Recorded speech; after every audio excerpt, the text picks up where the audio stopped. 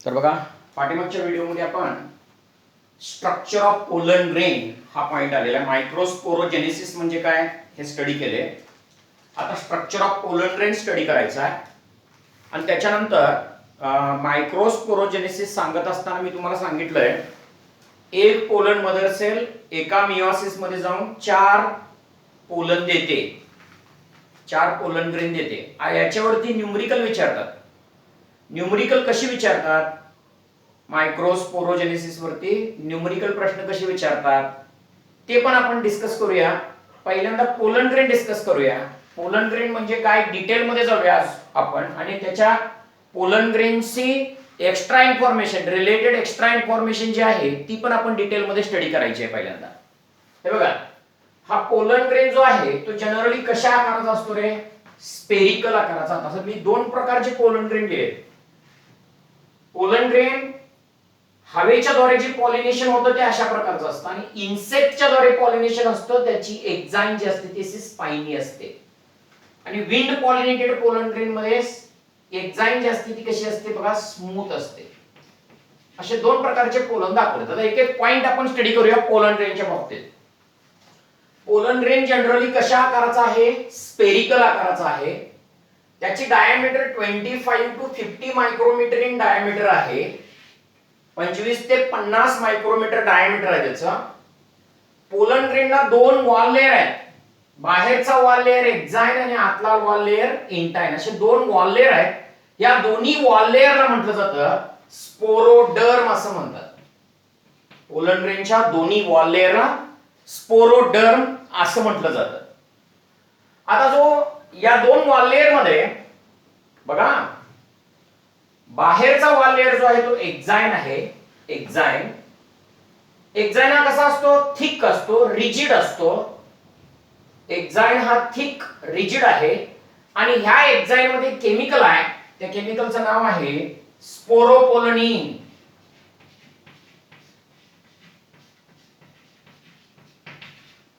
Exine मध्ये chemical आहे, त्या केमिकलचं नाव आहे स्पोरोपोलनिन. Exine is made up of a chemical sporopollenin. So how is the exine? Exine चं nature कसं आहे? एक्झाईन हा थिक आणि रिजिड आहे. मग एक्झाईन मध्ये कुठलं केमिकल आहे? स्पोरोपोलनिन आहे. स्पोरोपोलनिन एक्झाईन मध्ये असतं. ते काय आहे स्पोरोपोलनिन?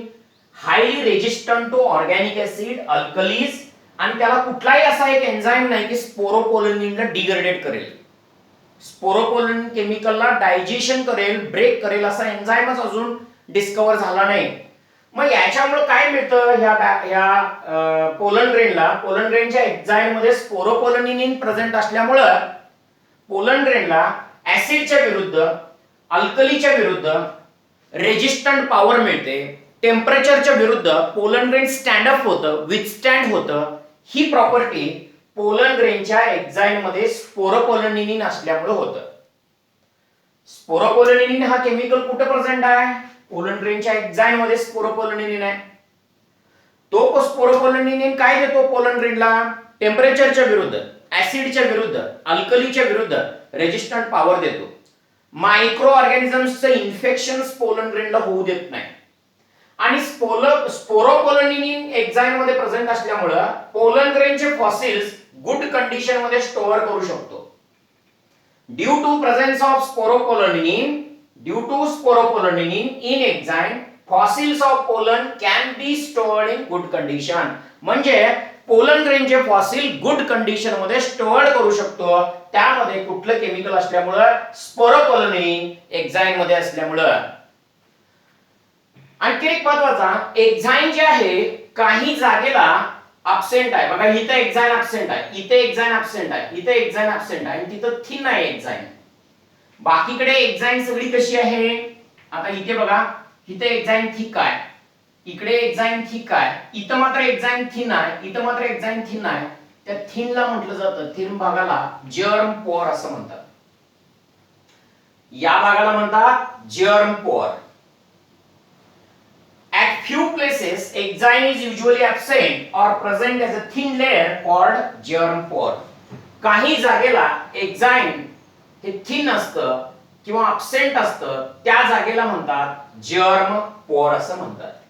हे झालं बाहेरच्या लेयर एक्झाईनच्या बाबतीत. एक्झाईन बघा, आता विंड पॉलिनेटेड प्लांट मध्ये एक्झाईन जी असते ती स्मूथ वॉल्ड असते. एक्झाईन स्मूथ वॉल्ड आहे. कीटकांच्या द्वारे जे पोलन ग्रेन पॉलिनेट होतात ते स्मूथ वॉल्ड एक्झाईन आहे. सॉरी, विंड पॉलिनेटेड प्लांट मध्ये पोलनची एक्झाईन जी आहे ती स्मूथ वॉल्ड आहे. विंड पॉलिनेटेड प्लांट मध्ये पोलनची एक्झाईन स्मूथ वॉल्ड आहे. इन्सेक्ट पॉलिनेटेड प्लांट मध्ये पोलनची एक्झाईन स्पाइनी आहे, अशी स्पाइनी आहे. चायना रोज हिबिस्कस मध्ये असं असतं बघा. हिबिस्कस मध्ये त्याची पोलन ग्रेन जी आहे ना, त्या पोलन ग्रेनचं एक्झाईन असं स्पाइनी असतं. मग स्पाइनी एक्झाईन कशाच्याद्वारे पॉलिनेट होतं? पोलन ग्रेन अँथरहून स्टिग्माला जाणं पॉलिनेशन म्हणतोय. इन्सेक्टच्या द्वारे पॉलिनेशन होतं. Smooth walled exine wind pollinated मध्ये असतं. हे झालं पोलन ग्रेनचा बाहेरचा वॉल. एक्झाईनच्या बाबतीत मी काय सांगितलं बघा. एक्झाईन हा थिक आणि रिजिड वॉल आहे. एक्झाईन मध्ये केमिकल आहे स्पोरोपोलिनिन. त्यामुळे पोलन ग्रेनला रेजिस्टंट मिळतं ऍसिडच्या विरुद्ध, अल्कलीच्या विरुद्ध आणि टेम्परेचरच्या विरुद्ध आणि इन्फेक्शन्सच्या विरुद्ध. या स्पोरोपोलिनिनला एन्झाईमच नाही ब्रेक करणारा. No enzyme degraded the sporopollenin. Sporopollenin एन्झाईमला, केमिकलला डिग्रेडेड करणारा एन्झाईमच नाही. म्हणजे तो किती रेजिस्टंट देतो बघा पोलन ग्रेनला, टेम्परेचर विरुद्ध, ऍसिड विरुद्ध. हे सगळं एक्झाईनच्या बाबतीत झालं. आता पोलन ग्रेनची आतली लेयर जी आहे तिला म्हणतात इंटाइन. इंटाइन कशी आहे? स्मूथ आहे. इंटाइन मध्ये काय केमिकल आहे? पेक्टिन आणि सेल्युलोज आहे. पेक्टिन आणि सेल्युलोज हे कशामध्ये प्रेझेंट आहे? इंटाइन मध्ये आहे. ती स्मूथ आहे. आणि पोलन ग्रेन पासून पोलन ट्यूब बनत असताना, पोलन ट्यूब केव्हा होते रे? हे बघा, अँथरहून पोलन ग्रेन कशावरती जाऊन पडला? स्टिग्मावरती जाऊन पडला, म्हणजे पॉलिनेशन झालं. मग ह्या पोलन ग्रेनच्या जर्म पोअर होऊन इंटाइन बाहेर येते आणि कुठली ट्यूब बनते? पोलन ट्यूब बनते. आता तुम्ही म्हणा, बघा प्रश्न विचारतात, इंटाइन जी आहे पोलन ग्रेनची एक्झाईन नाही म्हणाला मी, पोलन ग्रेनची जी इंटाइन आहे ती इंटाइन बाहेर येते. कुठून? जर्म पोअर होऊन बाहेर येते आणि कुठली ट्यूब बनवते? Pollen tube. जेव्हा पोलन ग्रेन अँथर होऊन कशावरती जाऊन पडतं? स्टिग्मावरती जाऊन पडतं, पॉलिनेशन होतं. पोलन ग्रेन या अँथर होऊन या स्टिग्मावरती जाऊन पडण्याला पॉलिनेशन म्हणतात. पॉलिनेशन झालं की पोलन ग्रेनची इंटाइन पोलन ट्यूब म्हणून बाहेर येते. कशाच्या माध्यमातून? जर्म पोअर होऊन. मग प्रश्न विचारतात, इंटाइन मध्ये केमिकल कुठला आहे? पेक्टिन आणि सेल्युलोज. मग पोलन ट्यूबच्या वॉल मध्ये केमिकल कुठलं असणार? पेक्टिन आणि सेल्युलोज. कारण पोलन ट्यूब ही कशापासून बनते? इंटाइन पासून बनते. म्हणून पोलन ट्यूब मध्ये पेक्टिन आणि काय असणार? सेल्युलोज असणार. पोलन ट्यूब बाहेर येताना कुठल्या पोअर मधून येते? जर्म पोअर होऊन पोलन ट्यूब बाहेर येते. बघा मी काय काय डिस्कस केला. पोलन ग्रेन स्पेरिकल आहे, 25 ते 50 मायक्रोमीटर डायमीटर आहे. 2 वॉल लेयर आहेत. दोन्ही वॉल लेयरला मिळून म्हणतात स्पोरोडर्म. बाहेरची वॉल लेयर असते ती एक्झाईन, आतली वॉल लेयर असते ती इंटाइन. एक्झाईन मध्ये स्पोरोपोलिनिन आहे, त्यामुळे त्याला ऍसिड, अल्कली याच्या विरुद्ध रेजिस्टंट मिळते. इंटाइन मध्ये पेक्टिन आणि सेल्युलोज आहे. एक्झाईन काही जागेला ऍब्सेंट असतं, तिथं थिन असतं, त्याला म्हटलं जातं जर्म पोअर. आणि इंटाइन ही बाहेर येते पोलन ट्यूब बनवून. कुठून बाहेर येते? जर्म पोअर होऊनच बाहेर येते. जेव्हा पोलन ग्रेन अँथर होऊन स्टिग्माला जातं म्हणजे पॉलिनेशन होतं, तेव्हा पोलन ट्यूब बाहेर येते आणि बाहेर येऊन त्या इंटाइनचा प्रोडक्ट म्हणजे पोलन ट्यूब. इथपर्यंत आपण पॉइंट स्टडी केले. आता बघा नंबर ऑफ जर्म पोअर किती आहेत एक्झाईन वरती, त्याच्यावरून पोलन ग्रेनचे टाइप्स आहेत ते पाहूया. आता जर्म पोअर एक्झाईन मध्ये जर्म पोअर असणं, number of germ pore, structure, ornamentation, of enzyme is a significant feature for the taxonomy. म्हणजे एखाद्या प्लांटला ओळखायचं असेल, टॅक्सॉनॉमी करायची असेल, म्हणजे काय, समजा एखाद्या प्लांटचं सायंटिफिक नाव ओळखायचं असेल किंवा एखाद्या प्लांटला आयडेंटिफाय करायचं असेल, तर त्याच्यावरती पोलन ग्रेन, त्या प्लांटच्या पोलन ग्रेन वरती नंबर ऑफ जर्म पोर किती आहेत, किंवा त्या पोलन ग्रेन स्मूथ वॉल्ड आहे की स्पाइनी आहे, ऑर्नामेंटेशन म्हणतात त्याला, त्याचं स्ट्रक्चर कसं आहे, पोलन ग्रेनची मॉर्फॉलॉजी ही टेक्सॉनॉमी साठी उपयोग होते. टेक्सॉनॉमी म्हणजे प्लांट ओळखण्यासाठी उपयोग होते. म्हणजे त्या पोलन ग्रेन मध्ये जर्म पोर किती आहेत, त्या पोलन ग्रेनचं एक्झाम स्मूथ आहे की स्पाइनी आहे, हे कॅरेक्टर टेक्सॉनॉमी स्टडी करण्यासाठी होतं. टेक्सॉनॉमी म्हणजे आयडेंटिफिकेशन, प्लांटला ओळखण्यासाठी होतं. आता डिटेल स्टडी ऑफ पोलन ग्रेनच्या डिटेल स्टडीला म्हटलं जातं पेलेनॉलॉजी. पोलन ग्रेनच्या डिटेल स्टडीला म्हणतात पेलेनॉलॉजी. पेलेनॉलॉजी म्हणजे काय, पोलन ग्रेनच्या डिटेल स्टडीला पेलेनॉलॉजी असं म्हणतात.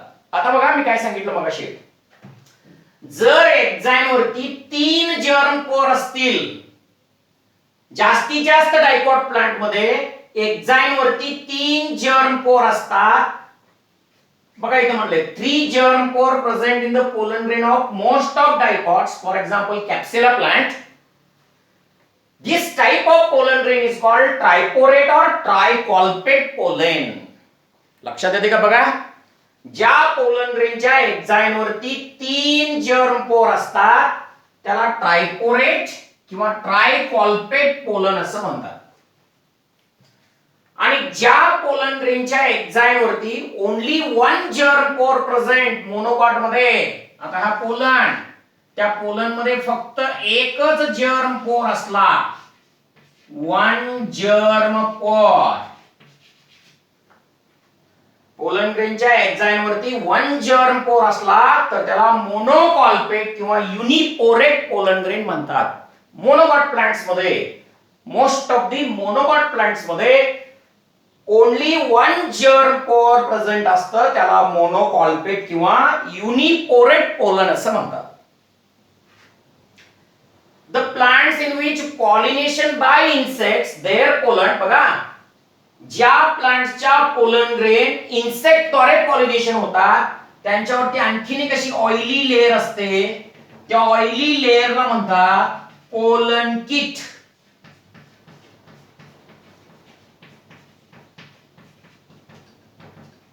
ज्या पोलन ग्रेन मध्ये इन्सेक्ट पॉलिनेशन होतंय, ज्या पोलन ग्रेनचं कीटकाच्या द्वारे पॉलिनेशन होतंय, इन्सेक्ट पॉलिनेशन होतंय, त्यांच्यावरती आणखीन एक अशी ऑइली लेयर असते, त्या ऑइली लेयरला म्हटलं जातं पोलन किट.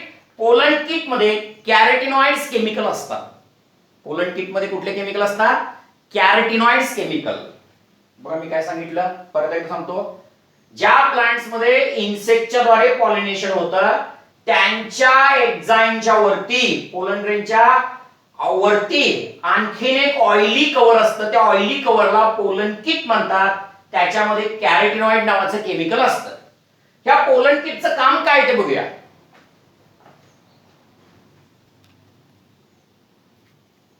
पोलन किटचं काम काय, पोलन ग्रेनला हार्मफुल यूव्ही रेडिएशन पासून प्रोटेक्ट करतं.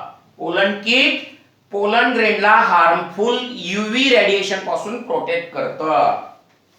आणि पोलन किट असल्यामुळे हा पोलन ग्रेन कीटकाच्या बॉडीला इझिली अटॅच होतो, कारण हा पोलन किट ऑइली असतो, स्टिकी असतो, त्यामुळे पोलन ग्रेन कीटकाला अटॅच होतं आणि कीटकाला अटॅच होऊन एंटर होऊन स्टिग्माला जातं, म्हणजे पॉलिनेशन होतं. पोलन किटचं काम आहे, बघा काय काम आहे. पहिलं काम आहे protect pollen from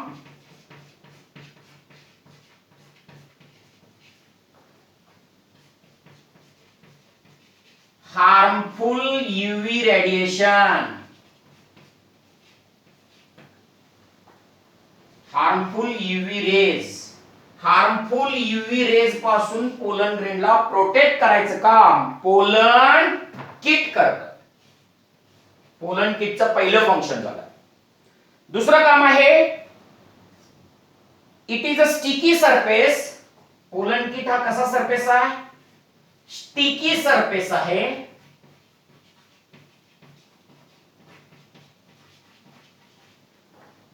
helps to attach pollen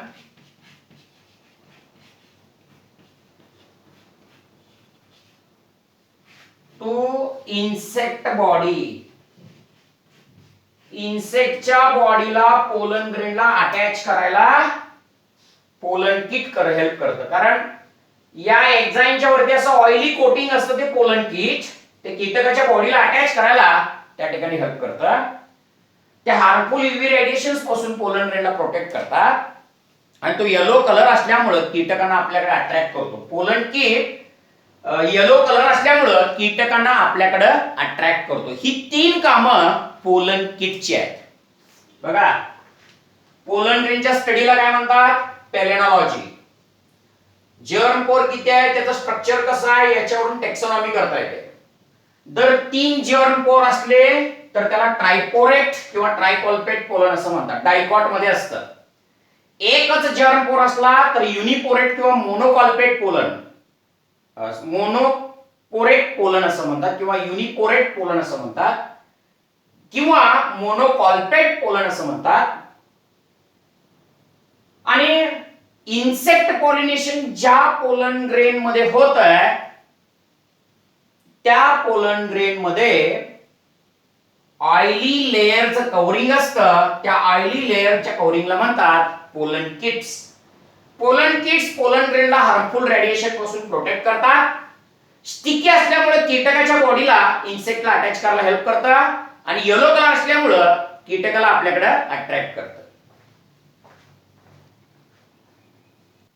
आता पोलन ग्रेनच्या बाबतीत काही फॅक्ट स्टडी करूया. बघा, काही प्लांट्स मध्ये अस्कल्पिडेसी आणि ऑर्किडेसी. आता अस्कल्पिडेसी म्हणजे रुईचं झाड जे आहे, कॅलोट्रोपिस प्लांट, त्याच्या फॅमिलीला अस्कल्पिडेसी फॅमिली असं म्हणतात.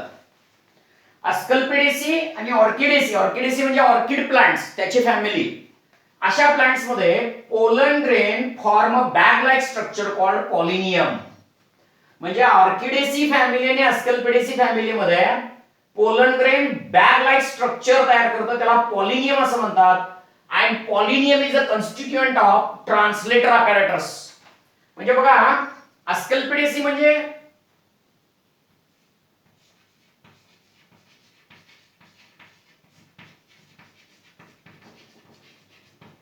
रुईचं झाड, कॅलोट्रोपिस प्लांट जे आहे ना, कॅलोट्रोपिस म्हणजे रुईच्या झाडाची फॅमिली अस्कल्पिडेसी. तिथं या रुईच्या झाडामध्ये पोलन ग्रेन असे बॅग लाईक स्ट्रक्चर तयार करतात, त्याला पॉलिनियम असं म्हणतात. आणि त्या बॅग मध्ये पोलन्स असतात. आणि हा पूर्ण जो अपॅरेटर बनतो त्याला ट्रान्सलेटर अपॅरेटस असं म्हणतात. ट्रान्सलेटर अपॅरेटसचा पार्ट आहे हा. पॉलिनियम कुठल्या फॅमिलीमध्ये असतं? अस्कल्पिडेसी आणि ऑर्किडेसी फॅमिलीमध्ये. त्याच्यामध्ये काय असतं बघा, इथे कसा मध्ये स्ट्रक्चर जॉईन झालं असतं, त्याला कॉर्पिस्कुलम असं म्हणतात. कॉर्पिस्कलला जॉईन करणारा कॉडिकल्स 2 आणि हे बॅग लाईक स्ट्रक्चर पॉलिनियम असं म्हणतात. आणि त्या पॉलिनियमच्या आत पोलन ग्रेन प्रेझेंट असतात. प्रश्न विचारतात, पॉलिनियम कुठल्या फॅमिलीमध्ये आहे? पॉलिनियम ऑर्किडेसी आणि अस्कल्पिडेसी फॅमिलीमध्ये आहे आणि त्याच्यात bag like structure pollen grain बनवतात. त्या बॅग लाईक स्ट्रक्चरला म्हणतात पॉलिनियम.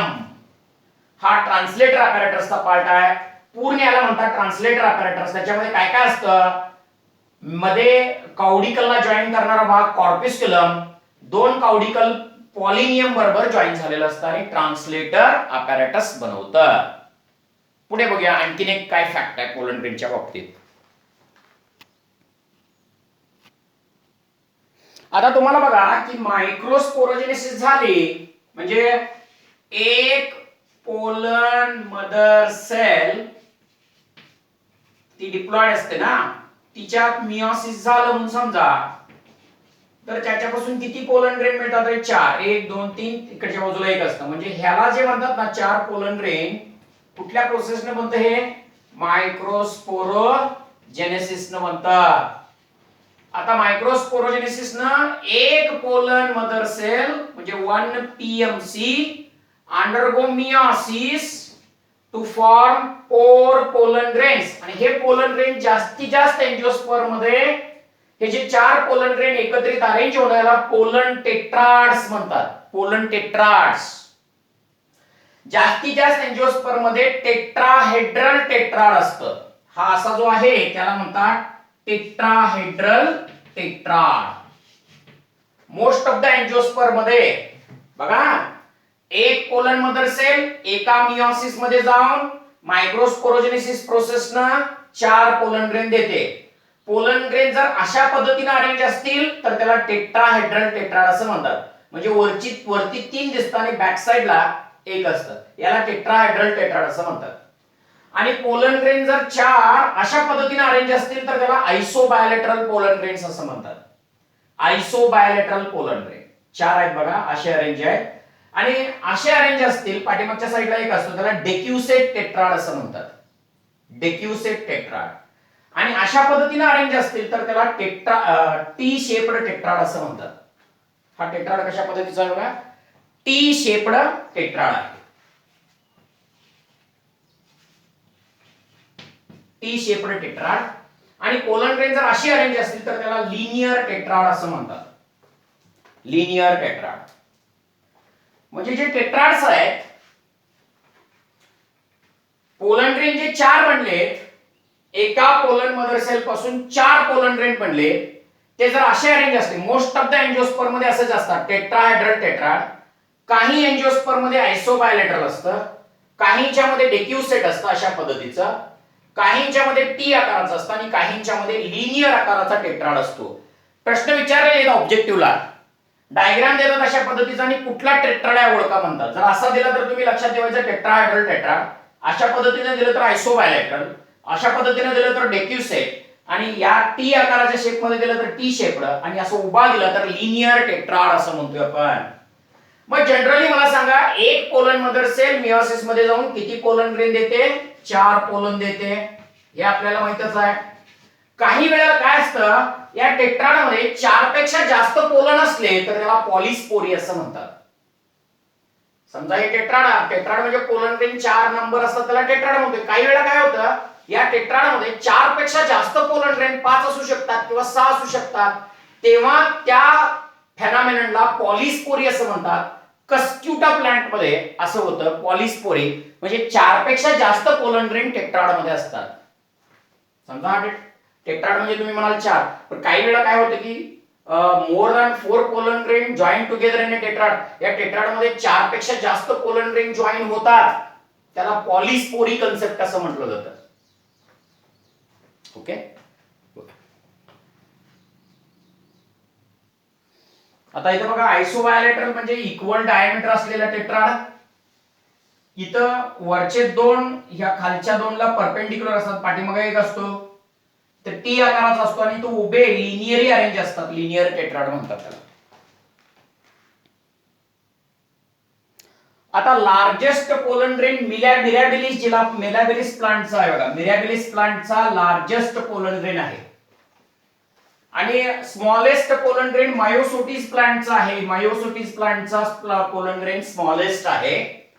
लॉंगेस्ट पोलन ग्रेन जोएस्टेरा नावाचं प्लांट, त्याला सी ग्रास असं म्हणतात. समुद्रातला असलेला ग्रास किंवा समुद्रात असलेलं तण, सी वीड असं म्हणतात त्याला आपण. समुद्रामध्ये तण असतं, त्याच्यात लॉंगेस्ट असं फिलामेंटस, फिलिफॉर्म म्हणजे असा फिलामेंटस रिबन आकाराचा लॉंग पोलन ग्रेन आहे.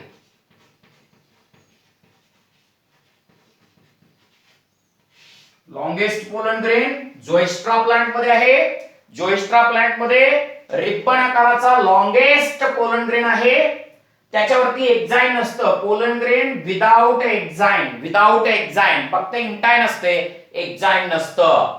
हे झाले काही facts about pollen grain. Largest pollen grain Mirabilis, smallest pollen grain Myosotis, longest pollen grain sea grass किंवा त्याला सी वीड असं म्हणतात, जोएस्ट्रा प्लांट, त्यात फिलिफॉर्म, फिलामेंटस, एक्झाइन नसलेला पोलन ग्रेन, एक्झाइन नसतो तिथे, लॉंगेस्ट पोलन ग्रेन त्यामध्ये असतं.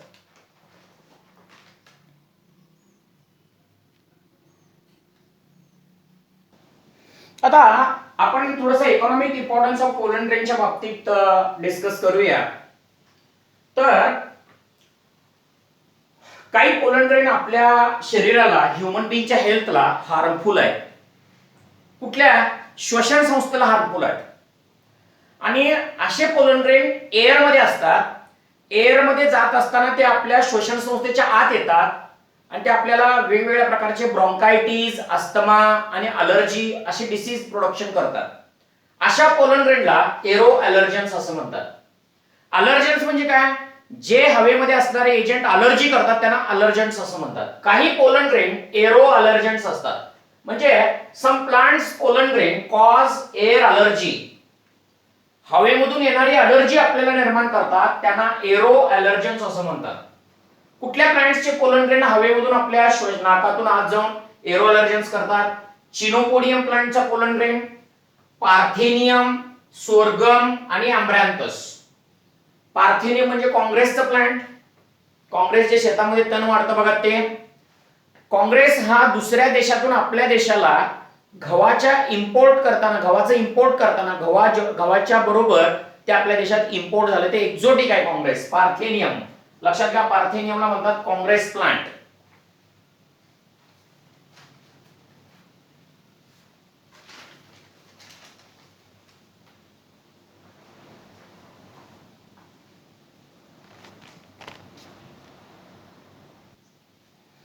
काँग्रेस प्लांटला पार्थेनियम असं म्हणतात.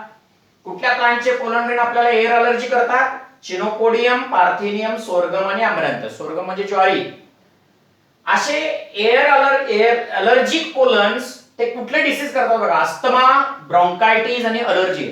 आणि एक प्रकारचा ताप आहे. आता त्या अलर्जीला हे फेवर असं देखील म्हणतात. हे फेवर हे पोलन ऑफ एम्ब्रोसिया प्लांट पासून होतं. एम्ब्रोसिया प्लांटच्या पोलन ग्रेन आपल्या श्वसनामध्ये गेला तर आपल्याला हे फेवर होतो. हे फेवर म्हणजेच अलर्जी. अलर्जी म्हणजे काय? एखाद्या पर्टिक्युलर एरियाचं किंवा एखाद्या पर्टिक्युलर धुळीच्या कणाचं किंवा पोलन ग्रेनची याच्या विरुद्ध आपली बॉडी सेन्सिटिव्ह असणं. Sensitive to allergens. अलर्जन म्हणजे एजंट विच कॉज अलर्जी, त्याला अलर्जन्स म्हणतात. आपली बॉडी धुळीच्या कणांना किंवा पोलन ग्रेनला हायपर सेन्सिटिव्ह असते आणि हायपर सेन्सिटिव्ह असल्यामुळे आपल्याला अलर्जी होते. काही जणांना धुळीची अलर्जी असते बघा, काही जणांना पोलन ग्रेनची अलर्जी असते. मग एम्ब्रोसिया नावाचा एक प्लांट आहे की त्या आत गेलं की हे फेवर नावाचे डिसीज होतं, अलर्जीस होतं. हे फेवर म्हणजे एक अलर्जीचा एक प्रकार आहे लक्षात घ्या. मग हे पोलन ग्रेनचे ऍडव्हान्टेज झाले की डिसएडव्हान्टेज? डिसएडव्हान्टेज झालं पोलन ग्रेनचं. म्हणजे पोलन ग्रेन आपल्या ह्युमन हेल्थला हानिकारक पण आहे. काही प्लांट्सचे पोलन ग्रेन त्यांना एरो अलर्जन्स असं म्हणतात.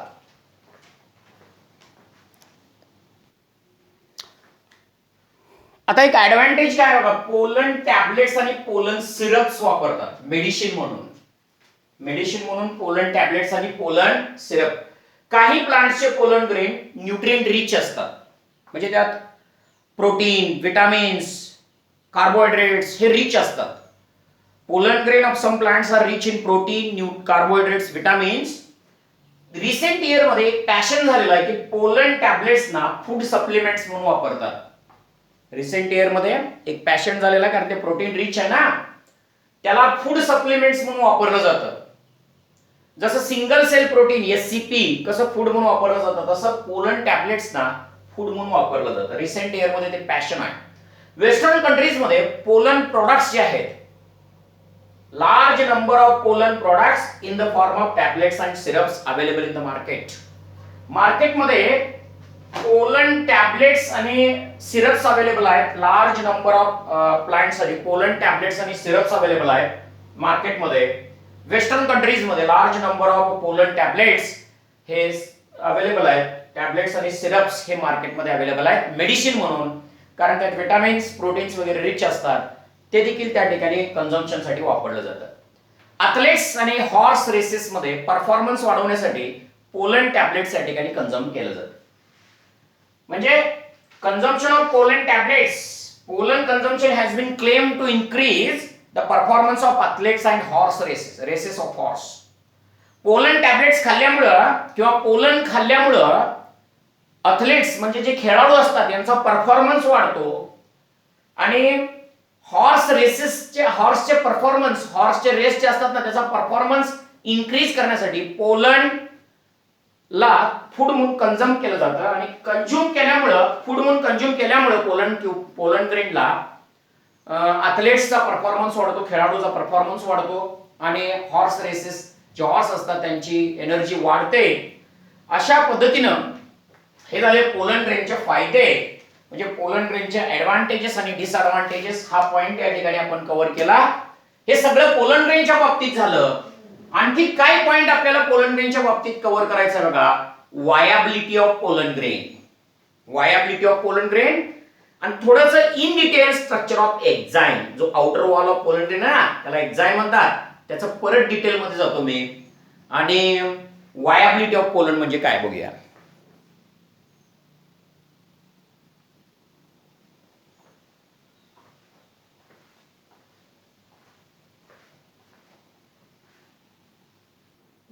आता वायाबिलिटी ऑफ पोलन म्हणजे काय. समजा हा अँथर आहे, या अँथर मध्ये काय बनतात तुम्हाला माहित आहे, पोलन ग्रेन बनतात. आता हे जे पोलन ग्रेन आहेत ते कशावरती जाऊन पडतात, स्टिग्मावरती जाऊन पडतात, म्हणजे पॉलिनेशन होतं. पोलन ग्रेन स्टिग्मावरती जाऊन पडणं म्हणजे पॉलिनेशन.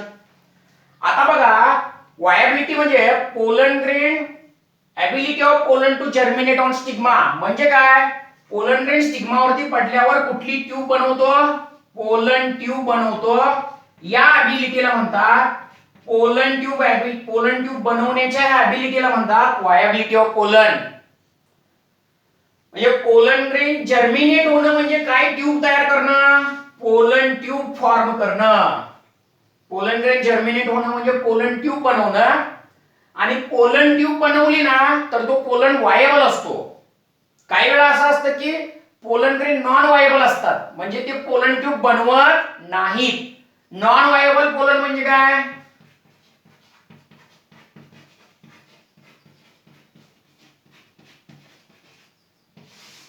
नॉन वायबल पोलन म्हणजे inability of pollen to form pollen tube. Inability of pollen to form pollen tube. काही प्लांटचे पोलन ग्रेन पोलन ट्यूब बनवू शकत नाहीत, त्याला म्हणतात नॉन वायबल पोलन. मग वायबिलिटी कळाली. तर राईस प्लांटची वायबिलिटी 30 मिनिटापर्यंत असते. राईस, व्हीट त्यांना सिरियल्स प्लांट म्हणतात.